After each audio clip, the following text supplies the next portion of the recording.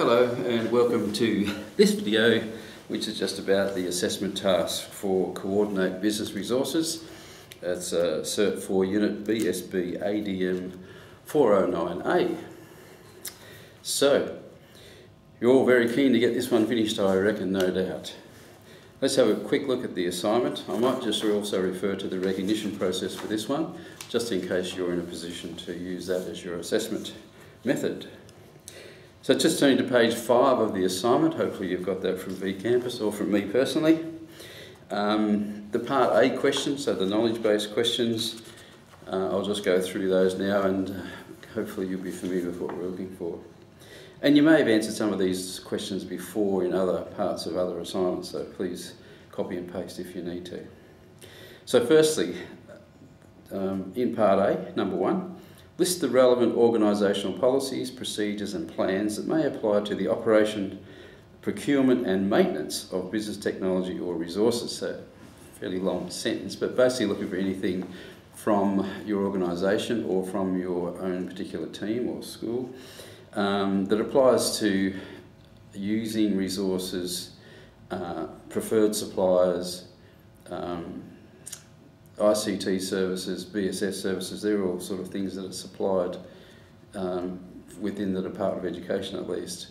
But any procedures or documented processes that you've got in place there. So just a list of them, I don't need them all explained, but hopefully they'll be self-evident by the title when you tell it to me. Number 2 then, list and briefly describe the aspects of legislation or ethical practice that may apply to the use of business technology and resources. So you've seen this question in other ones before, particularly for people who are working through things with me with the Professional Learning Institute. The preceding assignment on customer service had that question in it, plus many others have also had a very similar question in it. So we're looking at privacy, anti-discrimination, work health and safety, any codes of practice or protocols or service principles. So if you've already answered that question and it still applies to business technology and resources, there may be some extra confidentiality requirements in here and to do with contracts and things like that. But yeah, certainly just copy and paste it in there and make a couple of comments if there's any change. Hopefully that one's okay. So number 3 then, name the business equipment available for your work group, including any ICT, so information communication technology, or other services provided to support this equipment. Complete the table below covering functions, common faults, and maintenance or repair processes. Okay, so we're needing you to show that you're aware of the processes, the things that go wrong, how we get them fixed. So even if it's not your responsibility, I need you to sort of find out how those things are done. I've got a couple of examples in the table. So one is about a service such as the Department of Education intranet, and the functions of that is to access policies and procedures, records and documents, etc. The common faults I've said are server downtime, slow download speeds, limited access to programs. So they're all, well, I think are common. You might have some others. And then how do you maintain or repair that? You usually log a job through the ICT help desk or other system notifications. So that's just an example for a service. Then I've got one for an actual machine, in this case a multifunction centre. So it provides a function of copying, scanning and printing. The common faults, paper jams, breakdown, there could be some other ones that you're familiar with. And then we usually contact the service provider in those situations. So they're just some examples. So just think of all the other stuff that you might have in your office or in your work group and just list them there, putting stuff in those relevant columns. Okay, so that's part A. So that's not too difficult so far, I hope. So part B. So once again, I need you to have gone through the workshop notes. In this case, there are a couple of workplace type questions in there with the sample answers at the back of each chapter or each section in the workshop notes. And that will sort of get you ready, I suppose, to do the assignment. And most of it will be from your own research and your own experience. So in this case, we've got, I think there's 4 or 5 tasks, 4 tasks. And there's a note here that while you're completing task 1 to 3, just consider what's required in task 4. So let's have a quick look at task 4 first. So here I'm asking you to develop an appropriate planning tool incorporating at least 3 items from the resources that you've identified in the previous tasks, okay? So 3. The plan must incorporate the planned quantities, current stock if applicable, planned purchases, supplier, unit and total costs, usage monitoring at suitable intervals, so that's usually monthly, but some people use different time intervals, any variance that could occur, and then a balance. So a lot of you will be familiar with budgets, I suppose, and the idea of variances where there's been a difference, whether it's gone up or down. Particularly if people have done the finance unit, you'll be familiar with what variance is about. So in the workshop notes there's a couple of templates in there, but they don't cover exactly what I'm asking for here, but I'll give you an idea at least about what we need.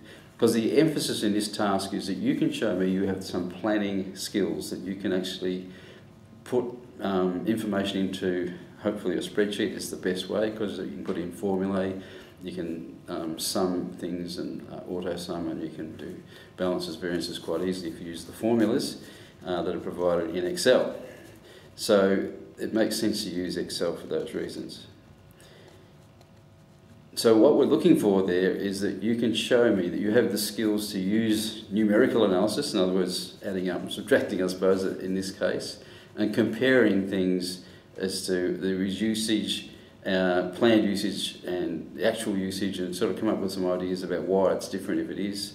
So that's the sort of stuff we're looking for. So I need this planning tool to be designed to show me that you have those skills. So they're named up in the unit competency for required skills rather than named up in the actual elements within the unit. So let's go back to task 1 then. So remembering task 4 will be informed by everything you do by the first 3 tasks, but don't forget task 4 because you really need to start that sort of at the beginning, if that makes sense. So task 1 then. Firstly, describe the process for determining the resource requirements, that's the quantity, quality and cost, for the work area that you have selected for a calendar year or an appropriate business cycle. Usually it's a calendar year in schools. Other places we use financial years, or sometimes other cycles if their business rotates really quickly or turns over very quickly. So hopefully that part's okay. How do you do that? Is it just historical? Do we just use what was done last year? Or is there some analysis? Right, part B then. Consider the following points and comment on the effectiveness of these processes for your work group and suggest improvements where appropriate. So that's nearly all the case in the assignments you've come across, and certainly in this one. I need you to sort of evaluate how well these things work and then suggest improvements, which could be based on the notes or your other research that you may do. So part 1 in part B here, consultation and incorporating suggestions from staff. So does that really occur, or is that, maybe it's embedded in normal staff meetings and things, I don't know. And maybe the school association could be involved in that consultation. I don't know how extensive that is either. But I'm asking you to find out. 2 then, efficiency considerations for the use of the resources. So in other words, have we got sufficient, and the ongoing usage, is it the best way to do it, whatever we're doing? Are we getting the best price cost and for reasonable quality? So I'm asking you to look at that, how efficiently are the resources used. And then 3 within B again, process for presenting recommendations for resource changes or improvements. So I've made a note there, if you've done the unit on workplace information systems, then you've already done a resource proposal in that, and I have a copy of that template that you may have used in that, and it's available obviously on vCampus, and you can use that as, okay, is that a way to present information to change the resources we get, or a supplier or whatever, or is the current way you do it okay, which I'm not sure how it's done, but it might just be suggestions made verbally. These are obviously much more compelling as a business case if we've got considerations of options and the cost benefits and things like that. So that's what I'm asking you to comment on there.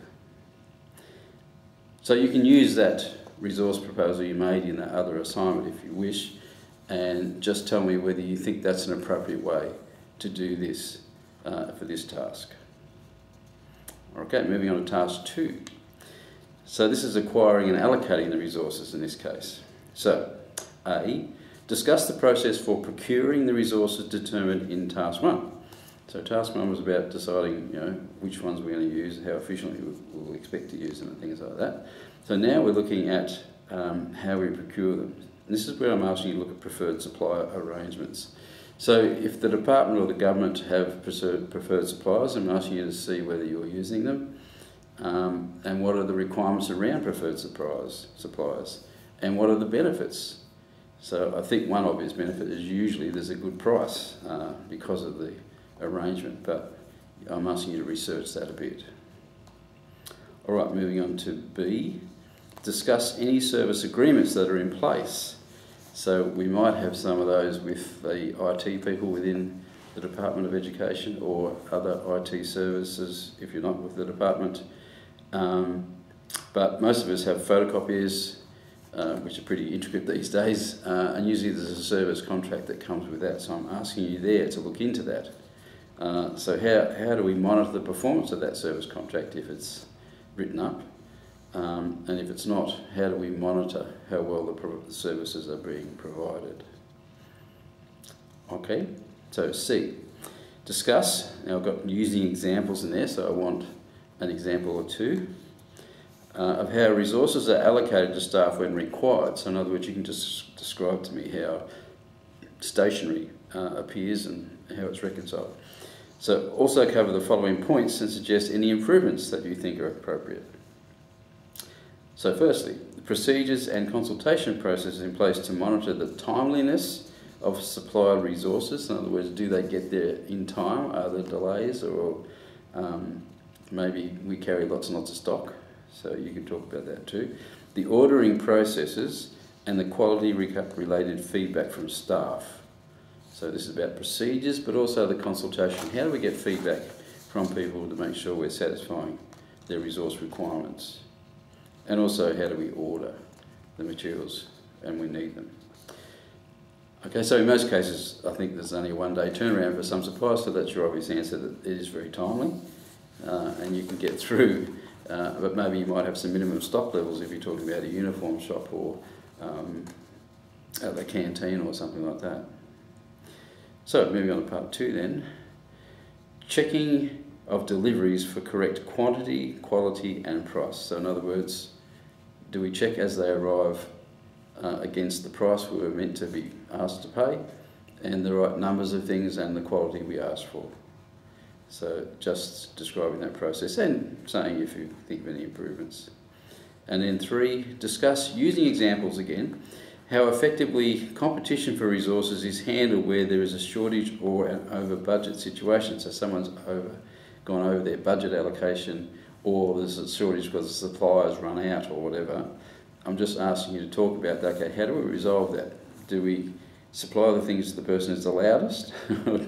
Or is there some process involved in supplying that? Maybe you never have that situation, so you can just tell me that doesn't happen and I'll be happy.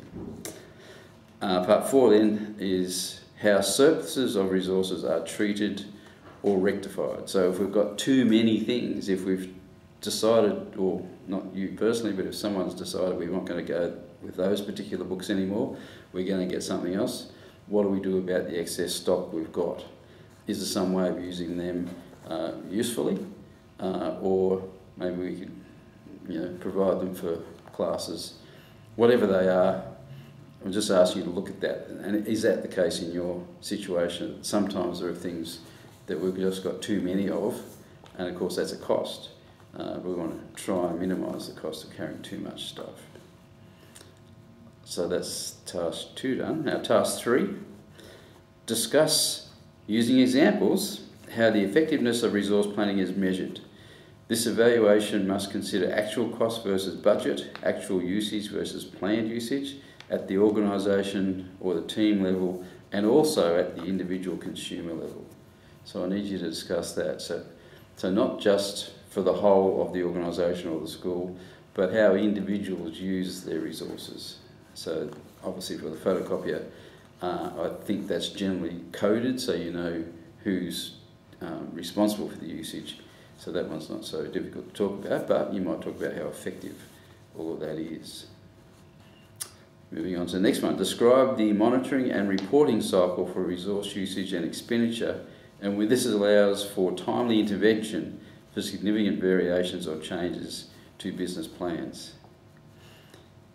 So, okay, so how do we monitor the usage in those monthly, if they were monthly budget reports or whatever it is, and does that allow for a timely intervention? So for us to sort of say, hang on, this is going to go way out of kilter if this continues, or it might require a change to the budget of the plan. And it's to what resources we allocate to which area. So that's what I'm asking you to talk about. Thirdly, in this lot, discuss the consultation and feedback processes relating to resource planning and monitoring how improvements are implemented and communicated prior to the next planning cycle. So the first task was about, okay, what consultation is undertaken to determine the resource requirements. Now we're saying at the end of the cycle, is there any consultation there to sort of talk about, okay, well, we've used too many of these or enough of these, or we might need to change quality or whatever. So some reflection, and how does that then feed into the next planning cycle? So I think a few people have mentioned in the workshop that there's a tendency to use up all the money at the end of the year. So I'd like you to discuss that a bit too. Is that a useful way to use resources if we're just going to spend money for the sake of making sure we've got nothing left? So to me, that has a bit of, well, an avenue there for discussion at least, whether you think that's appropriate and what sort of changes you could recommend. And then lastly within this task, describe how resource purchasing records are stored and maintained in your organisation. Okay, so what I'm talking about there are not just receipts and things, but whatever service agreements you've got, what maintenance schedules go with them. Do we keep tabs of the warranty requirements and stuff like that, just so we know how these things are working or whether we still can claim warranty and things, so rather than just throwing all the receipts in some filing cabinet, we need to sort of look at, okay, do we keep records about these things? So I think in a couple of the other handouts that are just miscellaneous documents, there's an example there of an asset register that tells you about when things are acquired, and it gives you a bit of an example in that sense about how you keep records. And I'm just asking, is there something like that for your school or your organisation? And that's why the second part of that was about the maintenance and work health and safety schedule. So when I say work health and safety, I usually mean testing and tagging for electrical equipment. That's a cyclical thing that hopefully somebody is aware of when it's due. And of course about the warranty requirements. So I'm also looking at any suggestions or improvements you can make there too. So you can see that task 4 feeds into some of those things. Once you've designed your planning tool, you'll take into account some of those processes you've talked about in the first 3 tasks. So that is the end of that assessment. Now for recognition, if you're in a position where you are involved in the planning for business resources, whether it's stationery requirements and stock for the uniform shop or whatever, and you monitor the usage and you do all these things and you also make changes at the end and you monitor variations in supply or quality, then you've got a pretty good case for recognition. So I'd refer you then to the recognition kit, which you can get from V Campus, or I might have sent it to you directly. And just the process as usual in this one is to self-assess to start with, just saying, yeah, do I do that? Yeah. If you come up with yeah for most things, probably got a fairly strong case for recognition. The box at the top on page 2 gives you examples of the sort of stuff we need to prove your competency in that way. And then the skills and knowledge on the back are also required to be covered. But if you answer part A in the assignment, then you will cover the required knowledge. So we just worry about the skills then.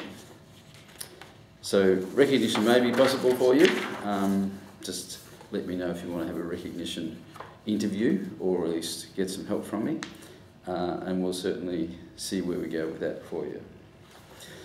So as I mentioned on the website, there are some miscellaneous documents, some about preferred supplier stuff, comparing suppliers, some about stock control, things that are relevant to these business resourcing.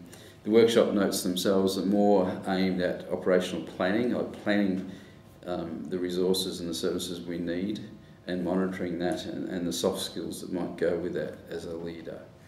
So that's the emphasis of the notes, and I guess I'm expecting you to have a fair bit of knowledge about the admin side of things because of the roles that you have. Anyway, I look forward to getting your work back. Please let me know if you need any help. See you later.